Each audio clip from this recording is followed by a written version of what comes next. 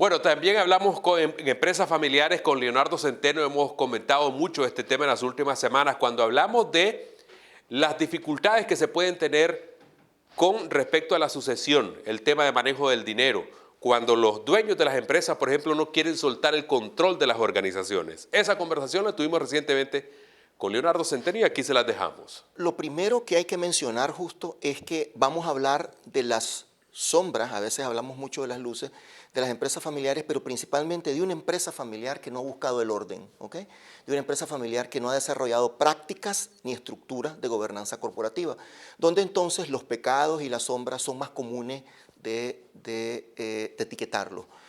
En primer lugar, sí, efectivamente, todo lo que tiene que ver con los roles, la definición de los roles, es uno de los principales errores con que cae la mayoría de las empresas de carácter familiar. O sea, nadie sabe o apenas se sabe, ¿verdad?, dónde estoy ubicado, de dónde vine, hacia dónde me dirijo.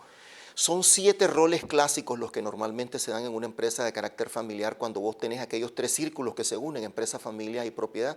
Pero sin embargo son 5 de ellos los que se dan normalmente en las empresas latinoamericanas, porque todo lo que tiene que ver con propiedad, normalmente la familia pretende guardarlos para sí. Entonces, esos 5 roles clásicos, toda empresa familiar debería de conocerlos, ¿verdad?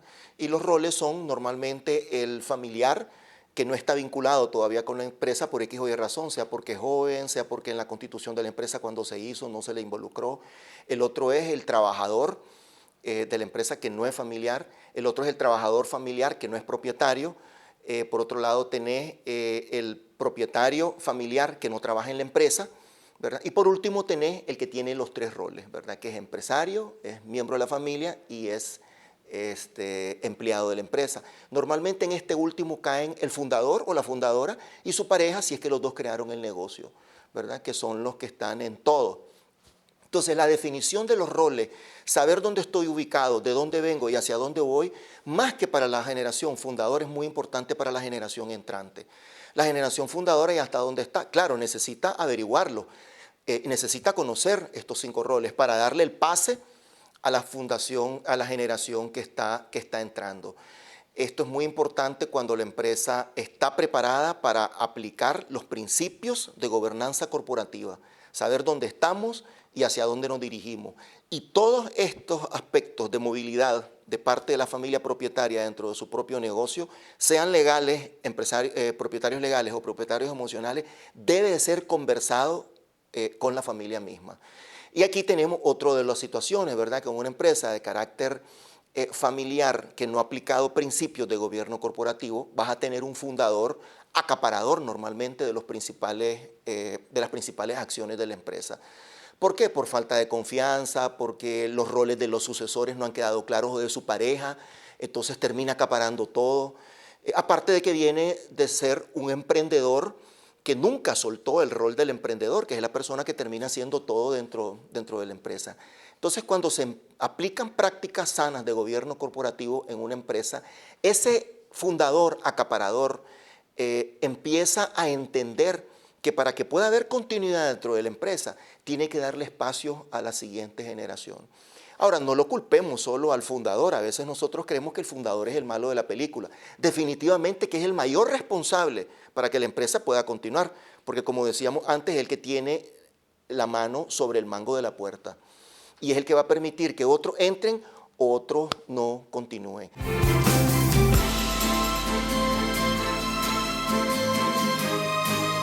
Usted, amigo fundador, quiéralo o no lo quiera, es la persona que tiene el mayor peso de responsabilidad para que su empresa pueda continuar. A veces los fundadores tenemos la actitud de que los hijos no me salieron bien, mis hijos no son responsables, ¿verdad? Entonces no voy a permitir ni la entrada o que si permití la entrada que no tomen estos roles importantes o no los veo como que hayan crecido mis hijos. Son actitudes que normalmente los fundadores en una empresa donde no se han desarrollado prácticas de gobernanza corporativa termina estableciendo y desarrollando.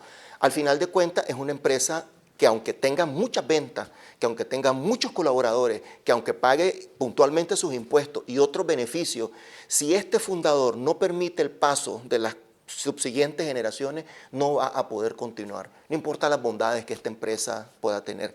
Porque la mayor capacidad que una empresa pueda tener familiar, ojo, es su capacidad de continuar. Más que cualquier otra, no importa en cuántos mercados pueda estar su empresa, no importa cuánto pueda vender su empresa, su facturación, no importa cuándo invierta todos los años, no importa, de nuevo, los beneficios que pueda tener. Lo más importante es su capacidad de continuar. Y como mencionábamos en otras charlas, ¿verdad? Esa capacidad de continuar tiene que ver con toda una metodología de sucesión que el que la inicia, el que la empieza o la que la empieza es la fundadora o el fundador.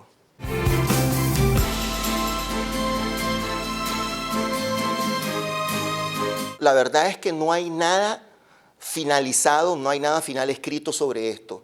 La sucesión termina siendo un arte, ¿verdad? Sin embargo, siempre es bueno dar algunos parámetros, algunos patrones, algunos aspectos que han funcionado en otros contextos, ¿no? Y que usted, amigo fundador, podría aplicar. Si sus hijos e hijas no han entrado en la empresa todavía, lo más importante es que ellos tengan algunas experiencias laborales fuera de la empresa familiar. Porque recordemos esto, es muy difícil que les enseñe disciplina laboral a sus hijos. Usted les puede enseñar disciplina en la casa, maneras en la mesa de cómo comer a la hora que usted quiera que sus hijos lleguen a su casa, algunas veces con algunas dificultades. Imagínese tratar de trasladar eso a un contexto laboral donde ya sus hijos son adultos, donde ya son profesionales. Entonces, lo más importante es, si no trabajan con usted, facilite la posibilidad de que sus hijos tengan alguna experiencia laboral fuera del contexto de la familia, número uno.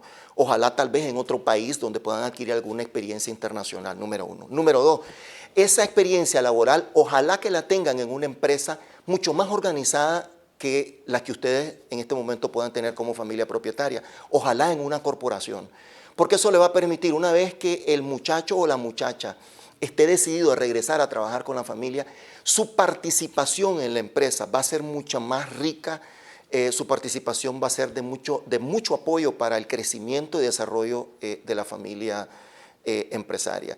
Y no tanto que el joven, cuando empiece a trabajar en la empresa familiar y que la empresa familiar sea su único vínculo laboral, y tal vez nosotros no hemos empezado a ordenar, establecer prácticas sanas de gobierno corporativo, los muchachos son una esponja y así como va a adquirir valores, también va a adquirir antivalores que nosotros mismos hemos llevado a la empresa, aunque no querramos. Entonces es importante estas dos recomendaciones. Ahora, si sus hijos ya están trabajando con usted en la empresa y de hecho ya empezaron a laborar y su primera actividad laboral fue con usted en el negocio, no los vamos a correr, ¿verdad? Sin embargo, es importante desarrollar todo un proceso que tiene que ver con el tema de prácticas, establecer prácticas de gobierno corporativo, ordenar la empresa, firmar un protocolo familiar, todo esto bajo el seguimiento de un consultor experto en el tema de desarrollo de prácticas de gobernanza corporativa. Pero lo más importante es recordar esto, así como hay aptitudes que tienen que ver con conocimientos duros, también hay conocimientos blandos que es muy importante que su hijo y su hija desarrolle. Y eso tiene que ver con los temas de comunicación, con los temas de liderazgo, con los temas de inteligencia emocional. Principalmente estos tres juegan un rol fundamental para que su hijo sepa dónde está ubicado. O sea, más que él apoyarlo, a ordenar la empresa, que es un tema externo, que él haya ordenado a lo interno, muchos aspectos que tienen que ver con su competitividad como persona, su rol como persona, cómo se ve y cómo se visualiza en el futuro. Antes de que su hijo adquiera su primera práctica laboral estable, ya como un colaborador, como un empleado estable de otra empresa, ¿verdad? Es importante que ojalá pase en sus vacaciones tiempo de calidad en el negocio de carácter familiar. Y ojalá que pase ocupando diferentes roles, no como un empleado fijo todavía, ¿verdad? Sino ocupando distintos roles para que él conozca su empresa desde adentro. Y eso no se le olvide nunca. Y ojalá que empleados o colaboradores externos, que no sean ni el padre ni la madre, sean su jefe, mientras esté en ese proceso de práctica profesional dentro de su empresa familiar.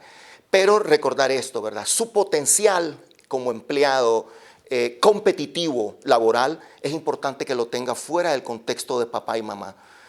Porque papá y mamá le van a dejar pasar muchas situaciones, muchos errores, que es bueno que alguien, de alguna manera, que no sean los padres, lo corrija y le diga cómo hacerlo sin involucrar aspectos emocionales, sin que aspectos emocionales estén de por medio.